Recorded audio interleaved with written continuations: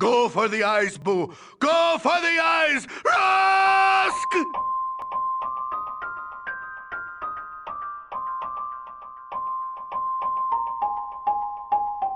Hello and welcome to another episode of Gemstone Mine. I'm John, and today we have another multifaceted episode.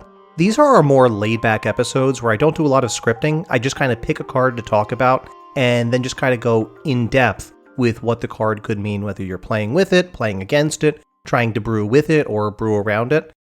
And I think I got a pretty interesting one today from some recent, very early releases in terms of spoilers or in terms of previews from Wizards of the Coast. If you guessed from our intro that, yep, today we're going to be talking about the new version of Minsc Boo, Timeless Heroes. Apologies in advance, my voice is really not where it should be right now. I've put off recording this episode for a few days just to see if my voice would get a little bit better. I'm going to do my best to edit out all of the various sniffles and coughs and throat clearings that I'm going to have, but I just ask you to bear with me for this episode. Hopefully by next week, I'll be back to my normal shape with my voice. Anyway, Minsc Boo, Timeless Heroes are a new planeswalker that are going to be coming out of the Commander Legends Battle for Baldur's Gate set. So kind of a mix-up and mash-up of what we saw last year with Adventures in the Forgotten Realms of the Summer set, combined with the Commander Legends draft-style Commander format, which should be pretty interesting. Minsc Boo are probably one of the more interesting cards to come out of the previews from Wizards of the Coast so far. Minsc Boo, Timeless Heroes, are 2, a red and a green, for a legendary planeswalker Minsc, which starts with 3 loyalty. Minsc Boo, Timeless Heroes, can be your commander. When Minsc Boo, Timeless Heroes, enters the battlefield and at the beginning of your upkeep, you may create Boo, a legendary 1/1 red hamster creature token with Trample and Haste. It has the +1 ability of put 3 +1/+1 counters on up to 1 target creature with Trample or Haste. And it also has -2, sacrifice a creature. When you do, Minsc Boo, Timeless Heroes deals X damage to any target where X is that creature's power. If the sacrificed creature was a hamster, draw X cards. So, on first blush, this is a very strange card, and I'm going to go into details on how some of the abilities may play out. But before I do that, I just want to comment on the design of the card. And I really like the design of this card as a commander. One of the classic arguments against planeswalkers as a commander, and one of the things that I really do buy into from that camp, is that not having a commander often will lead to more slower games where you don't have a reliable creature in order to punch through and start dealing some damage. Now, I don't think that's much of a problem for Gruul, where just having lots and lots of creatures, especially big stompy ones, is kind of the modus operandi of that color pair. Minsc Boo, though, from a commander design perspective, is great because it has an enter the battlefield and then an upkeep ability to make sure you are always going to have a quote-unquote commander creature in play. I use that term very lightly because the Boo token is not a commander. It can't 21 damage somebody out. Important distinction from a true commander. That said, one of the problems in higher powered games such as CDH, which has been levied against which has been levied against planeswalkers as commanders, is that you simply do not have access to creatures to interact on the field.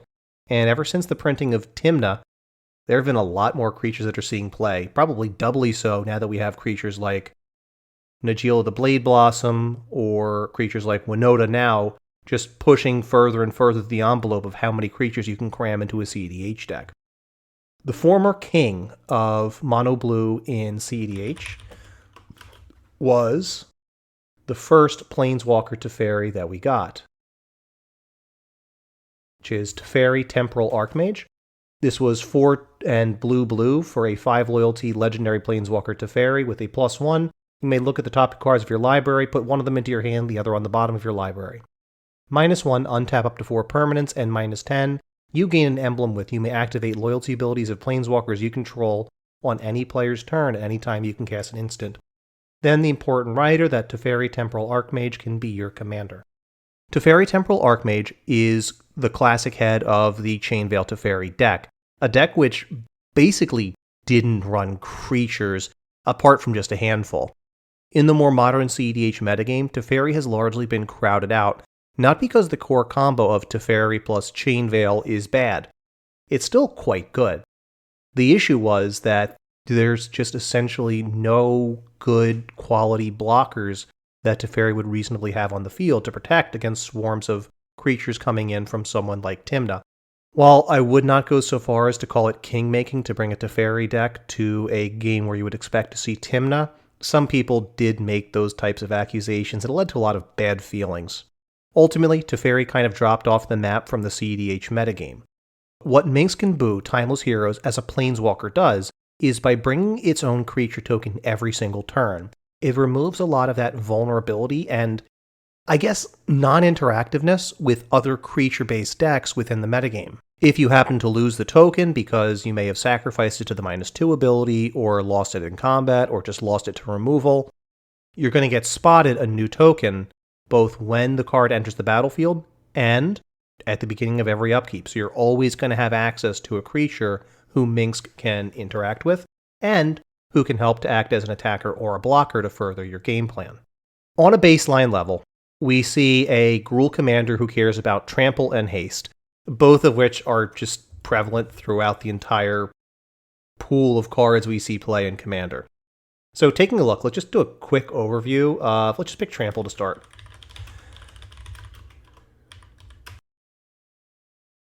$746 potential cards with Trample in the combination of red and green, including cards like Akroma's Memorial. In this respect, I think that we see a lot of similarity to what Minsc Boo may want to do if we were to compare it to something like Xenagos, God of Revels. 3 red and a green for a legendary enchantment creature, God, a 6/5 with Indestructible. As long as your devotion to red and green is less than 7, Xenagos isn't a creature, and at the beginning of combat on your turn, another target creature you control gains haste and gets +X/+X till end of turn, where X is that creature's power. Xenagos would classically play big stompy creatures and send them into the red zone to attack down opponents to very quickly knock them from 40 to 0 life with non-commander damage. Minsc Boo is a bit different in that regard, in that you are not going to be making your Boo very large very quickly. Starting out at a 1/1 makes that a little bit difficult, but you do have the option to fairly cheaply put a number of +1/+1 counters on your token. Any creature that has either Trample and or Haste is a valid target for this. So there are some pretty good ones in these color pairs. Looking over the list just of creatures with Trample, Atarka Worldwender kind of stands out as the first printing of Atarka before she was an Elder Dragon. 6/4 flying Trample for 5, a red and a green. And with flying and Trample, and whenever a dragon creature you control attacks, it gets double strike until end of turn. Atarka would then be a 9/7 flying Trample double strike. That's not too bad at all. Hey, look, we could play Blanca from the new Street Fighter Secret Lair. Just passed over Blightsteel Colossus if you really want people to get even more dead than they would be otherwise. There's no end to potentially good bodies with Trample in red and green that we may have access to in this type of deck if we choose to look at that +1 ability. Now, looking at Haste is a little bit more difficult, but Gruul is very good at giving creatures haste. As you see, it's primarily going to be in red. It's much more of a primary ability in red than in green, but there are a number of different ways to access haste, whether it is on individual creatures like some Phoenixes, like Arclight Phoenix, have haste printed on them. But we've also seen it as a way to boost creatures as part of the board. Most recently in Kamigawa, we had not Hot Springs. Invigorating Hot Spring. So 1, a red and a green for an enchantment. It enters the battlefield with 4 +1/+1 counters on it and says, modified creatures you control have haste. Remove a +1/+1 counter from Invigorating Hot Springs. Put a +1/+1 counter on a creature you control. Activate only as a sorcery and only once each turn. This is the latest in the line of ways to give creatures haste in red and green for approximately 3 mana. We've recently seen other versions of this card with cards like Rhythm of the Wild. While it doesn't say Haste on there directly, it does give you, for the same cost, 1 a red and a green. Creature spells you control can't be countered, and non-token creatures you control have Riot. So they either enter the battlefield with a +1/+1 counter or Haste, your choice. This one was just kind of nice because it has that your creatures can't be countered clause on it, which is fairly nice if you're playing above battlecruiser levels and you expect to see a lot of counter spells. This, of course, goes back as far as cards like Fires of Yavimaya. Fires of Yavimaya, again, 1 a red and a green for an enchantment. Creatures you control have Haste, and you can sacrifice the enchantment to give target creature +2/+2 till end of turn. What I'm trying to say here is there's no shortage of ways to give all your creatures in a Gruul deck Haste. There are maybe too many ways to do it. Enough so that you could pretty easily build a deck focused around Minsc Boo, just building up a board of creatures, and have your choice of which creature you want to give +3/+3 permanently. So you may be able to do a +1/+1 counter sub-theme with this. You may be able to focus in on other areas as well.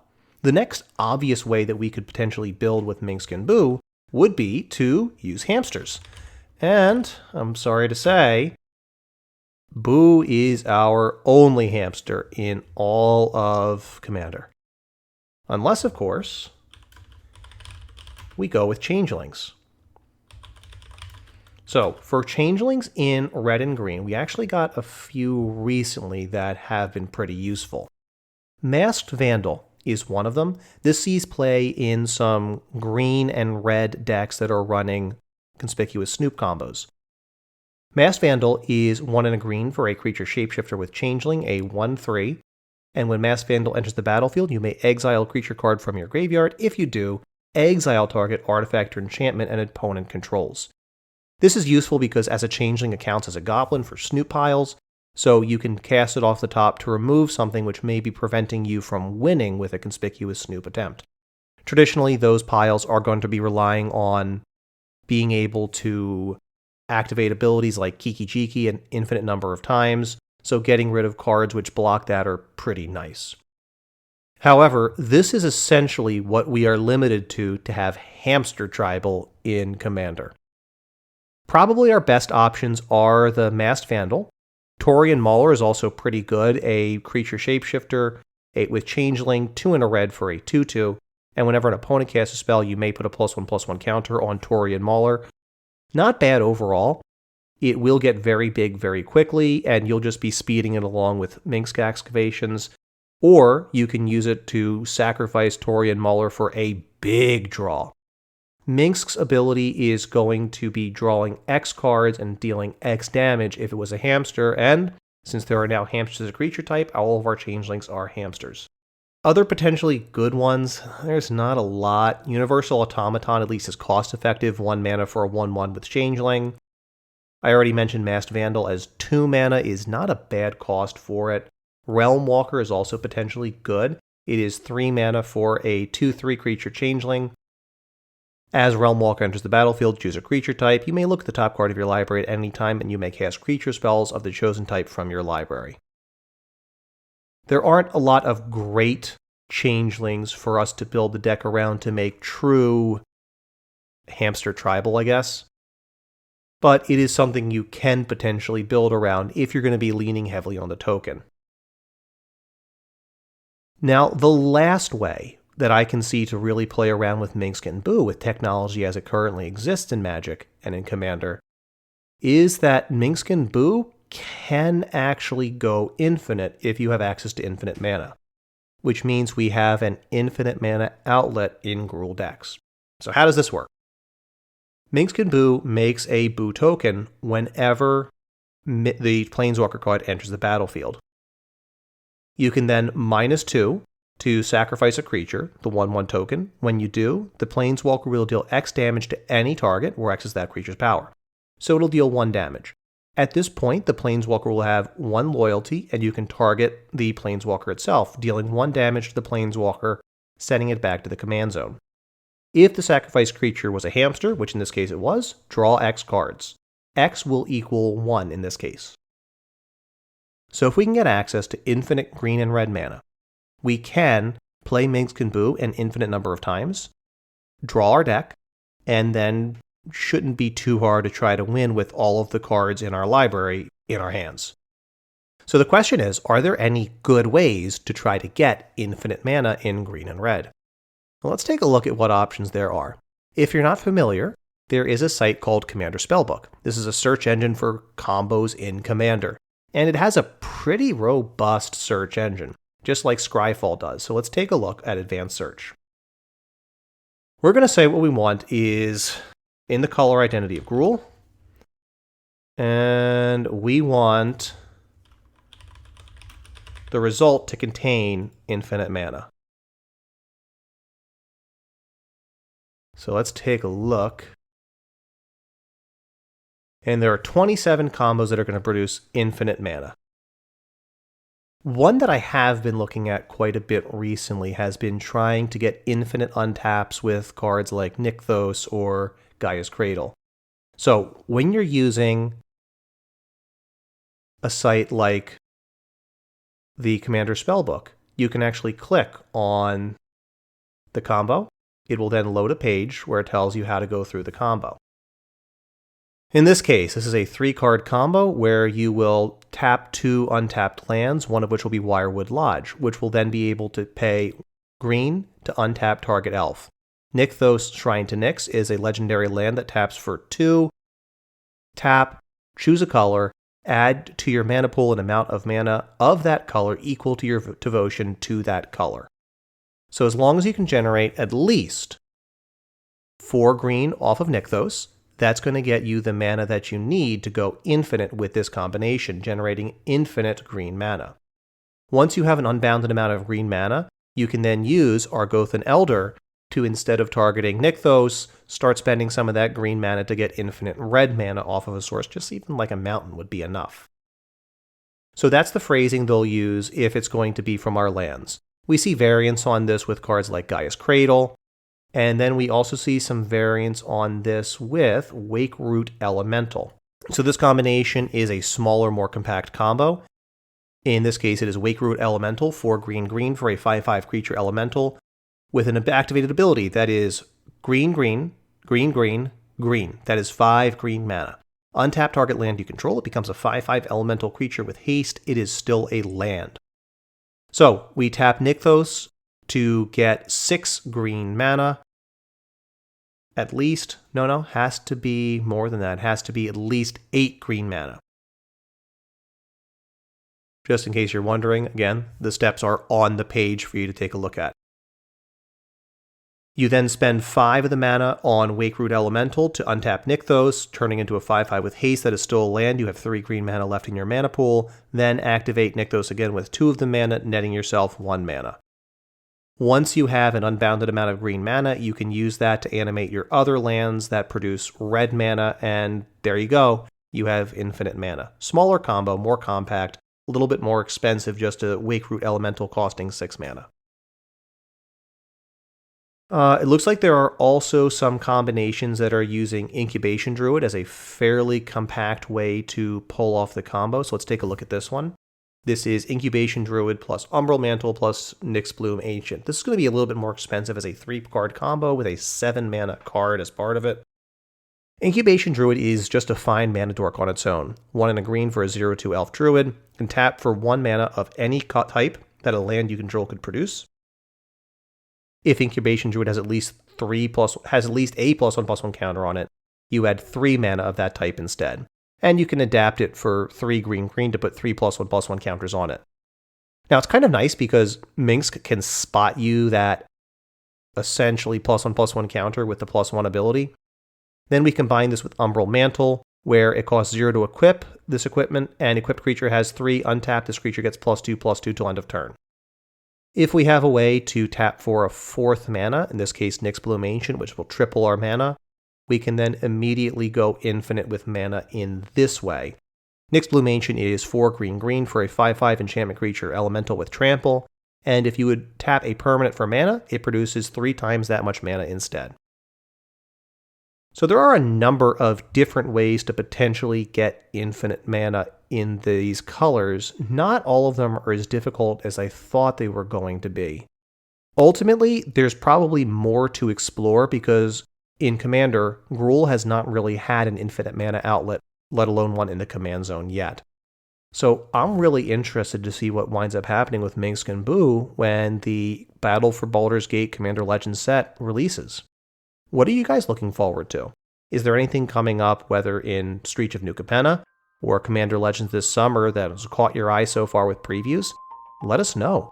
You can tell us in the comments on YouTube, where we are Gemstone Mind Podcast. You can add us on Twitter, where we are at GemstoneMindMTG, or you can send us an email, gemstonemindpodcast@gmail.com. Until next time, I'm John, and this is Gemstone Mind.